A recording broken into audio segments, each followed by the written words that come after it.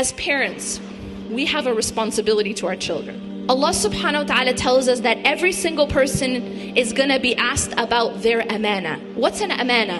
An amana is a trust. So if I were to entrust you with some money, for example, then you would be responsible for that, taking care of that money, right? Allah subhanahu wa ta'ala has given us a trust. Allah in fact has given us many trusts. And one of the most precious of them is our children. Allah will ask us what we did to give our children their right of an Islamic education. It's not just something optional. It's something that is fard. It is obligatory upon us to give that to our children. And if we don't, if we fall short, for whatever reason, for whatever illusions we are chasing, we will be asked by Allah subhanahu wa ta'ala. We will be asked why we did not give them that education and that environment that was their right.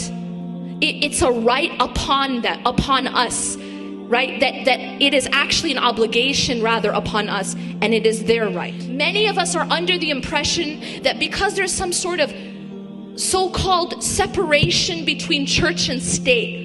No, my children, they're not being taught about Jesus at school. They're being taught something more dangerous.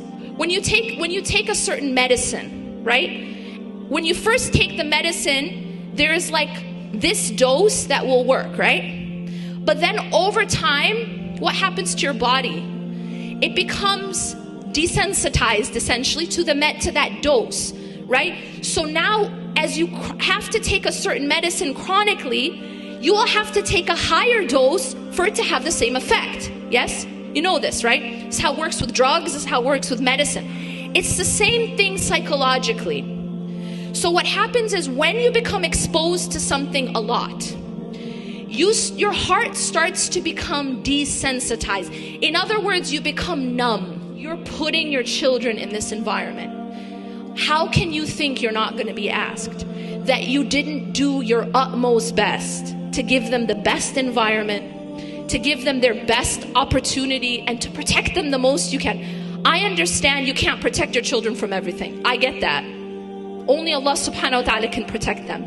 But wallahi, you're going to be asked about what you did.